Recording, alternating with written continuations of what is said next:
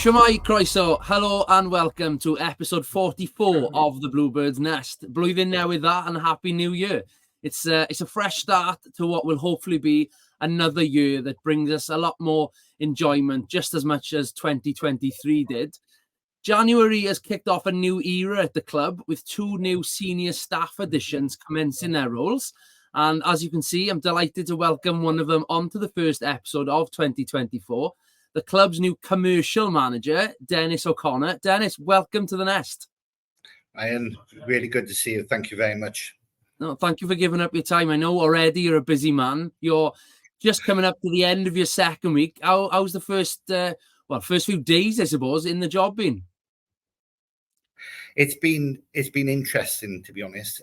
Obviously full on, as you can imagine. There's a lot going on in the club, basically 7 days a week in some respects. So, the communication is constant. But it's been a really interesting couple of weeks. I've met a lot of people with visitors to the club, etc. So I'm learning, having discussions and learning different perspectives and reasons why they're invested in the club so much all the time. So yeah, it's been good. Good stuff. Well, you've been on the terraces as a fan of the club for many years now, and obviously you took the opportunity to add your skill set to the future of the club. I know I've known you pretty much all my life actually, but for listeners of the Nest, as we do with all the players when we get them onto the podcast, can you give us a bit of a backstory then? Where's your career taken you until now? Okay, so a potted history really. Over the last 10, 11 years, I've worked in the tourism industry, so doing a very, very similar job in terms of commercial sales. Customer engagement, client engagement, etc. So I've built up a really good, strong network of people that I hope that I can sort of lean on in this job, because it's about obviously transferring the skills over from one industry to a completely different one, and having the same success. So, I've worked with Pembrokeshire Tourism and Visit Pembrokeshire over the last 10, 11 years. It's been a really rewarding career. Obviously, we're in God's country, in Pembrokeshire. You won't quite understand that, but, but I mean, my role has been really varied, all around the commercial element, but the commercial engagement, which is really, really important. And as I say, those are skills that I'm going to bring to the table at the club now. Yeah, well, it's quite the journey you've been on, I think, and a lot of your roles will lend themselves, like you say, to your new role at the club.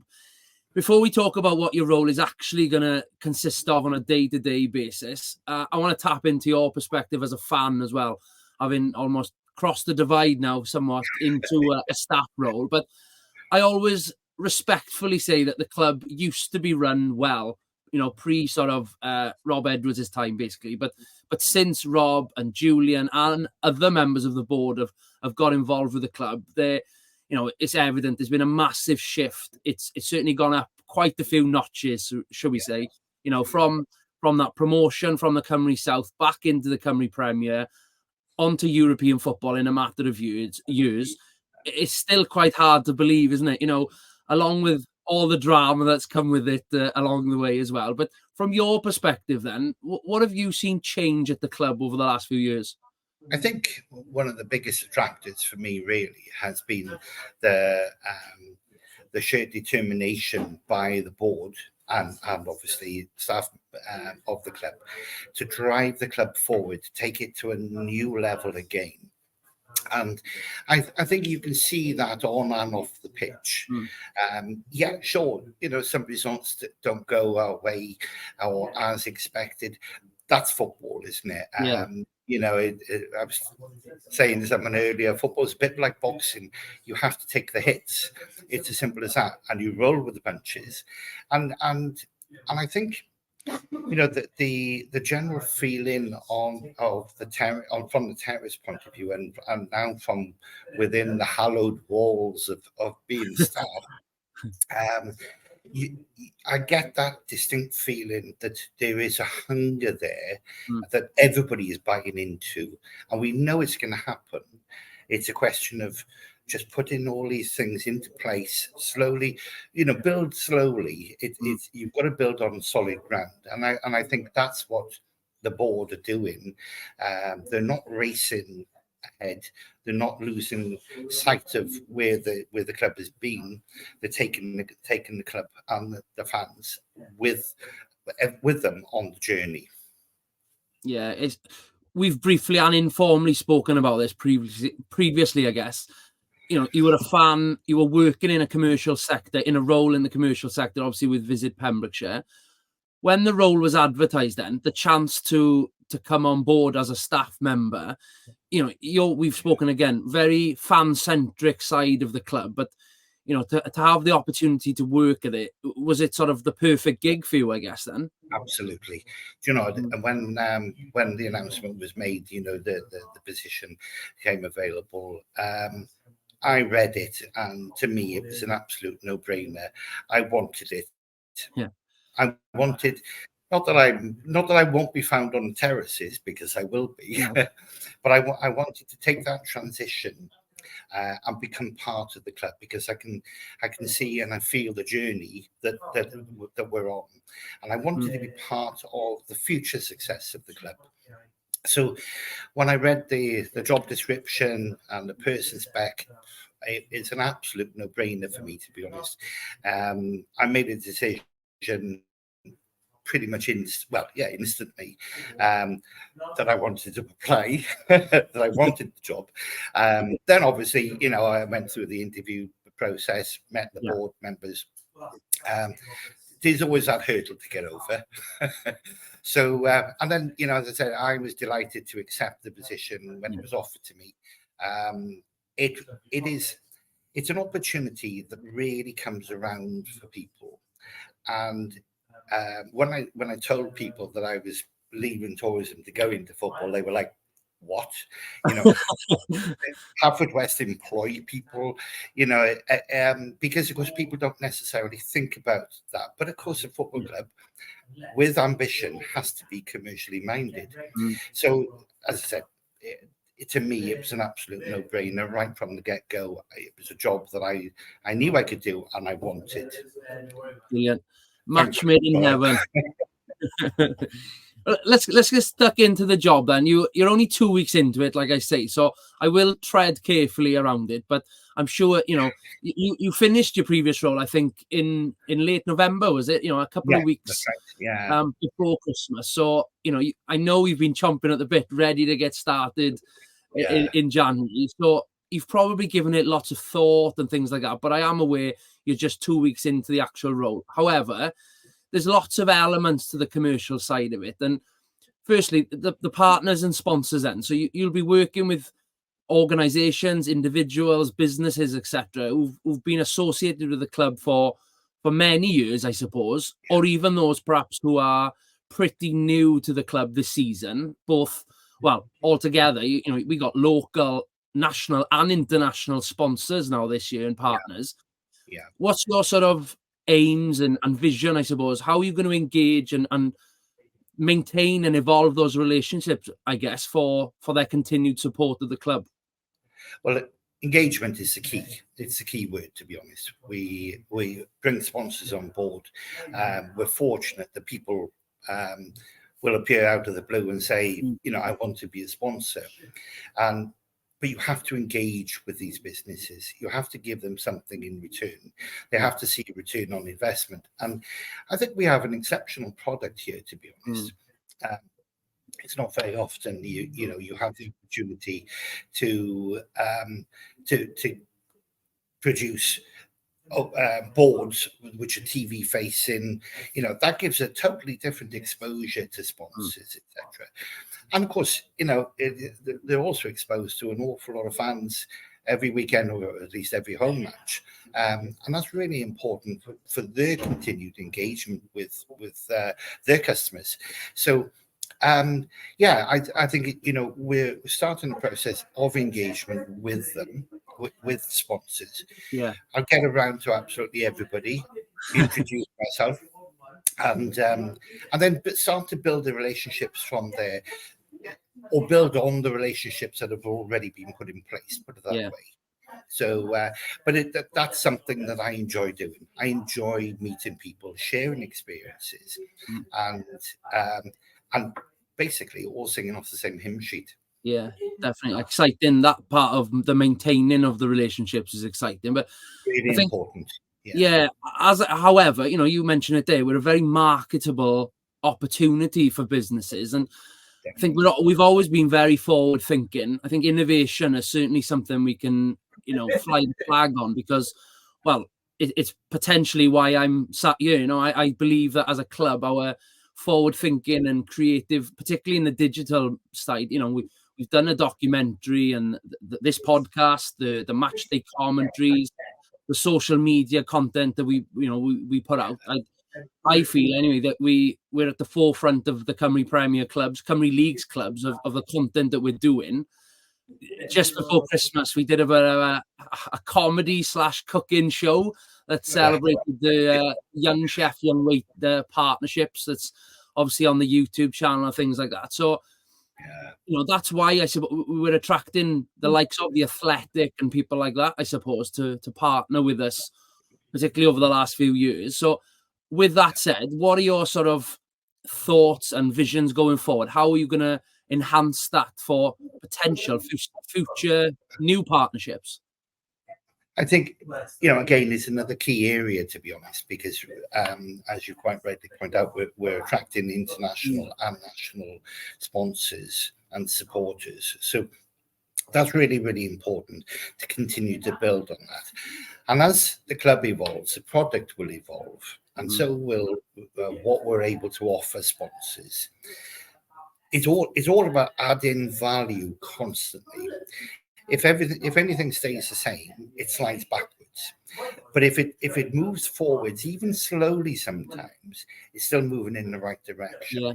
I think the constant involvement, and I think, you're working with a team of youngsters with, whizzes on social media and media production and things like that. That's a massive element to the club, which we can't do our job without. The players can go out and do their job regardless. However, from the commercial point of view, it's so important because it's adding an extreme value to a sponsorship deal. We have to stay one step ahead, because there's lots of clubs out there who, want to take sponsorship off people. We, as the centre of the community, and the premier club then in Pembrokeshire, we have to be seen to position ourselves in a very strong way with sponsors, and they will respond. Yeah, I like that. 2 bits to pick up. I like the metaphor, I suppose, of moving slowly is still moving forward, even, regardless. And I'm hoping you're including me when you said young people involved in the media team. I hope you're including me within that. I was trying to count up the other day. How long have I included you? Oh, far too many years. As you said at the top of the show, you've known me man and boy. Literally, yeah. So it's again, it's that strange element, but it's nice though, because obviously you're committed to Haverfordwest County, which is brilliant. And again, we're all on the same team, aren't we? Yeah, definitely. As I mentioned, fan-centric. You mentioned the word community. Let's pick up on that then. The engagement with the community, I think, is a massive, pivotal pillar, I suppose, of the club's vision. There's been so many initiatives, and to list them all, I'd be here for 10 minutes. There's things like the one that stands out for me, the pandemic, the food parcel deliveries, things like that go above and beyond. But most recently, I think over Christmas, the club offered, that cash prize for somebody who attended a fixture. Absolutely. Yes, it was aimed at bringing good attendances over those festive fixtures. Sure. But also, I think a huge congratulations to, I think, Mr. Brian Barker, who won. His number got picked out by Ricky Watts after the Barry Town successful fixture. I think he won just over £750 and chose Greenacres Animal Rescue, I believe, as his charity of choice. And So a brilliant charity to choose as well.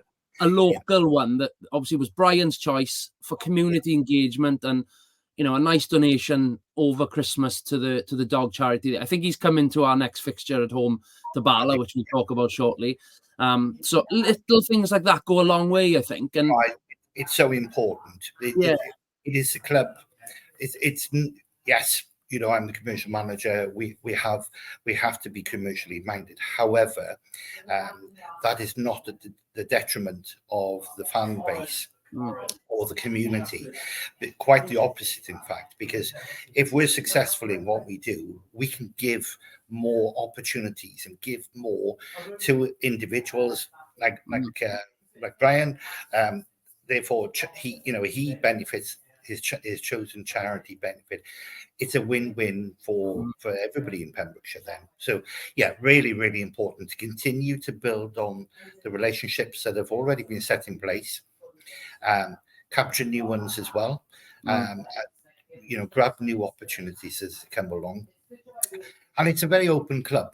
You know, there's people here all the time. The facilities are absolutely great. And I think it's about saying, go into the community and saying, what do you need? And if we can facilitate something, then, the ambition of the club is to do so.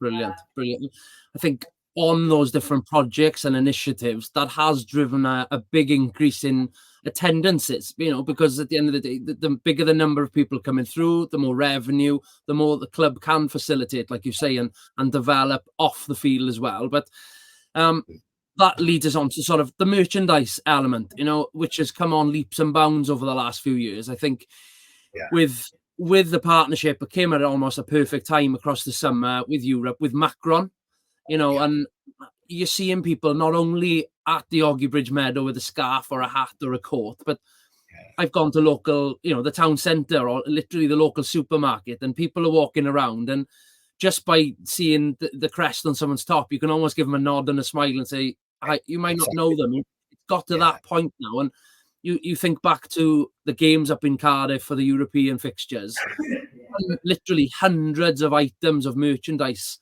in the crowd. You know, it was a real sense of, wow, Alpha West, you know, it was proper football.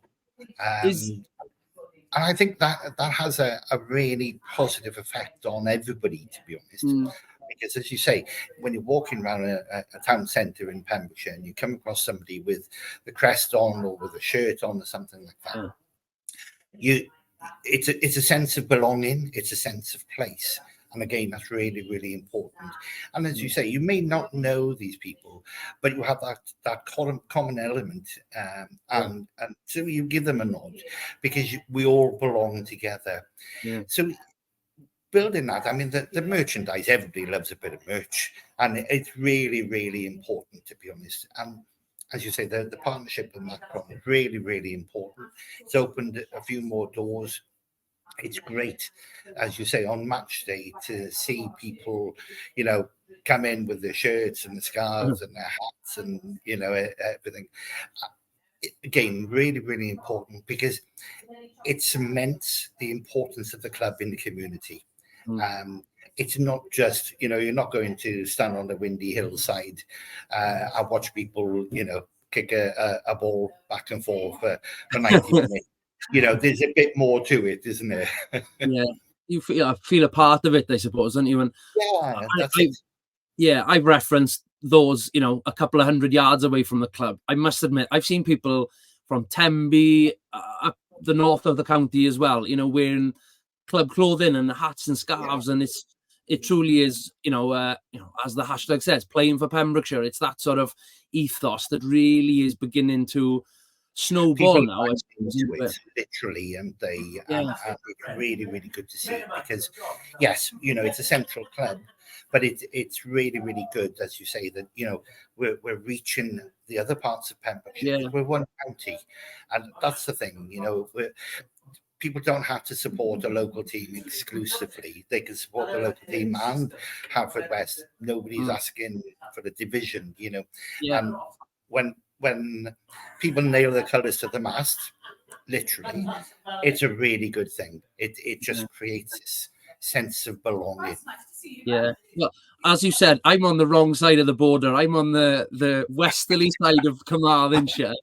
But even though, don't get me wrong, Carmarthen are in the Cymru South, and a lot of people in the local area follow Carmarthen, but also because of Haverfordwest, putting themselves on the map even more so over the last few years, there's a lot of people east of the Pembrokeshire border, really following the club now and engaging with what the club's doing. I don't know which side of the fence they'd sit on if we ever get a derby fixture in the next few months. That would be interesting, wouldn't it? It would but be. We can see that from the sort of social media followers, etc. That's really, really good, because at the end of the day, we're talking about proper football fans, true football fans, aren't we? And they want to celebrate success. They want to be part of that success as well. And it's great. Yeah, there's this friendly rivalry, over the invisible border. As you know, I can say it because I lived across the border. Yeah. It's really, really interesting to see where the support is coming from in terms of, say, social media or whatever, because that the club is doing things right, because it's reaching out to people, far and wide, not just in Pembrokeshire, but further afield as well. Yeah, definitely. And obviously a large part of getting you on the podcast today was to show people how approachable you are as, a fan. You'll be a lifelong fan, I'm sure, but now as a staff member in your role, I don't want you to be swarmed with responses and people knocking your door and coming to see you. However, I think it would be a good opportunity to ask you this question. If a supporter or a business owner or someone in the community, whoever it wants to be, has listened now and said, I want to be a part of this, I want to support the club or an initiative, etc., what's the best way going forward to get hold of you then? So I'm at the club every day, Monday to Friday at least, and obviously match days as well. Obviously reachable via email, and but via mobile. So I'm obviously, a lot of people will have those contact details from previous years. Still contactable in the same way, but equally, I mentioned earlier, I've no intention of not standing on the terrace and saying my 2 pennies worth. And I'd be more than happy to engage with anybody on match day if they wanted to sort of come up to me and say hi. Can I have a quick chat or whatever? Absolutely, that's what I'm here for. So so anybody can contact me via the club. Not a problem there. Obviously, I can go out for meetings and meet them on their own turf, so to speak, and discuss what will benefit them. But equally on the terrace, more than happy to have a discussion with people, but it might be interjected by the odd shout. A little less formal, a little informal meeting on the touchline. Why not? Yeah, absolutely. But that's where quite often these sort of things start by informal discussions. Because people need to know that your approach, as you said, they need to know you're approachable. Yes, we're very serious about what we're doing at the club.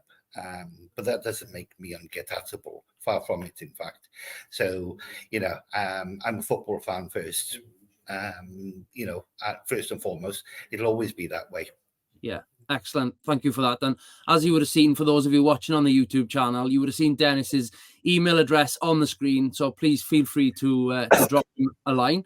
Onto footballing matters then. It's been almost a fortnight since our last fixture now. I'm getting withdrawal symptoms. I cannot wait for some hopefully positive drama to unfold this coming weekend, where we face Bala at home in the final game of Phase 1.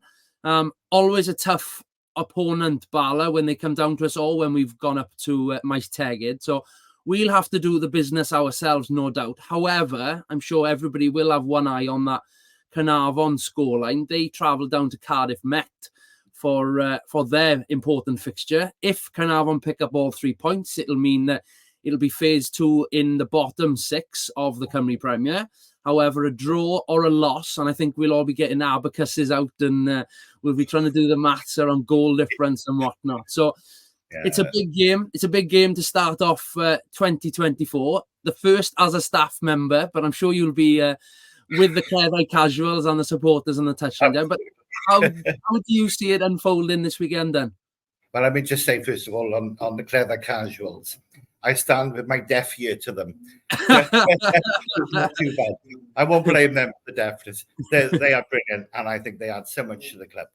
So, yeah, in terms of this weekend, yeah, as you say, huge amount riding on it. It goes without saying, the players won't need much more motivation than to go out and get a win, because, they have to do the job here. Because the other result is totally out of our hands. Yeah. So we can only hope that Cardiff Met come up trumps and turn over Carnarvon. And yeah, I mean, let's have a prediction, shall we? For I mean, we're going to have to score 2 goals, aren't we? Yeah. We are. We're going to have to score 2 goals as a minimum. 2 goals in the first 10 minutes will suit me, nice. As long as we get more. But I think, I think we've got to find 2 goals for definite. Yeah. Everybody who's asked me the same question over the last fortnight now, how do you think it's going to go? It's going to go down to the wire, that's for sure. It's Cymru Premier drama, on days like this. I remember at the end of last season, the relegation sort of final, who was going to get that 11th spot, went down to literally one of the last kicks of the game when Aber survived and Flint Town United went down. I genuinely think it's another weekend like that. So there's going to be drama, hopefully no drama. I'd love to say we're going to have a comfortable win. 2-3-0 would be great, but, Colin Keaton and his Bala men, they travel well. They go, they're right up there, the top half of the league. It's not going to be easy, but like you say, massive carrot for the boys, massive incentive. We've just got to do our part. And like you say, fingers crossed, Ryan Jenkins and his men at Cardiff Met can do the business for us. And absolutely. I think that, that's all we can do. We've got to prepare.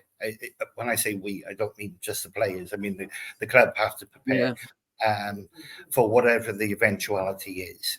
I mean, obviously, we're going to be contorted with everything crossed come Saturday night or late afternoon. It is going to go down to the wire. It is going to be nerve-wracking. I mean, it just reminds me of that tube of No More Nails. It's that time, It's going to be tight, and people will be on their phones constantly, as they were for the last home game, actually. But it changes literally minute by minute by minute, and it's not until that final whistle blows in that final match that's playing that we really know what the outcome is. So yeah, let's find our goal scoring boots, put them on. We have to respect the opposition, obviously. Yeah, definitely. But I think we have to be really, excuse my expression, bloody minded about it. We've got to go out and get that win, and then hope that the other result goes our way as well. Boys, definitely. It's going to be nerve-wracking, no doubt. But it's a 5:15 p.m. kickoff on Saturday, which I know a lot of people have appreciated, because it's often on a Saturday afternoon we lose a lot of fans who play themselves or go and support family members at local Pembrokeshire League clubs. So 5:15 kickoff, hopefully we'll draw the crowds in at the Oggy Bridge Meadow. So yeah, let's hopefully we can be the 12th player on the touchline on Saturday. We need to be. We need a very vocal crowd, to be honest. Lift the players, keep them motivated for 90, 95, 100 minutes. We've got to until that last whistle. We've got to just really motivate them. Yeah, you're right. Well, fingers crossed. Obviously, as I said, that game brings a close to phase 1 of the league season. It'll provide us with a couple of weeks off then before phase 2 kicks off. Obviously, we don't know even who we're playing, where we're playing, when we're playing, etc. But there will be plenty of social media posts over the next few weeks. However, we do know that there's an exciting friendly round the corner. The week after the Bala game, so the 20th of January, it's a midday kickoff where we host Cardiff City under 21s in a friendly at the Oggy Bridge Meadow. So, as I said, a midday kickoff, and I believe there is discounted entry for everybody.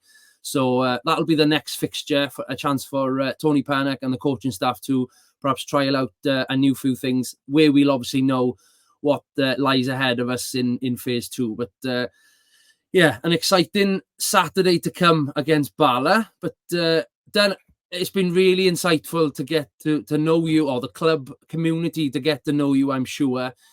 I hope your inbox gets flooded with ideas and new sponsors. Hey, they're more than welcome.